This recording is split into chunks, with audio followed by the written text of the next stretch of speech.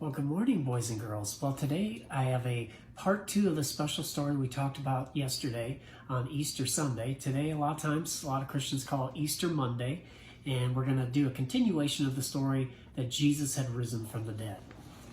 It's called Jesus is Alive. 2 men were on their way out of the city. The men were followers of Jesus. They had believed that he was the one that would save Israel. Now they were sad. On the road, they met a stranger. The stranger walked with them for a while. They talked about everything that had happened to Jesus. The stranger told them not to be sad. Everything had happened just as God had planned. When the stranger had gone, the men knew that they had been talking to Jesus. They hurried back to Jerusalem to tell his disciples. The disciples were all together. They listened to the men's story. Could this be true? They asked one another. As they were talking, they heard another voice speaking to them. They looked up. Jesus was standing there beside them. The disciples were struck with fear. This must be a ghost, they thought. Jesus said, "Why are you afraid? Why do you doubt? Look at my hands and feet. See who I am.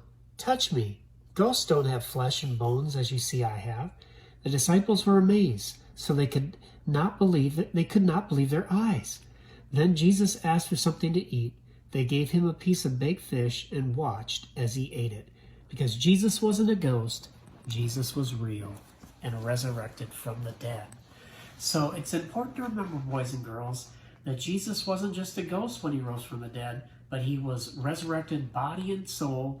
He was a fully resurrected human being, not just a ghost, not just a spirit, but rather his body literally rose from the dead.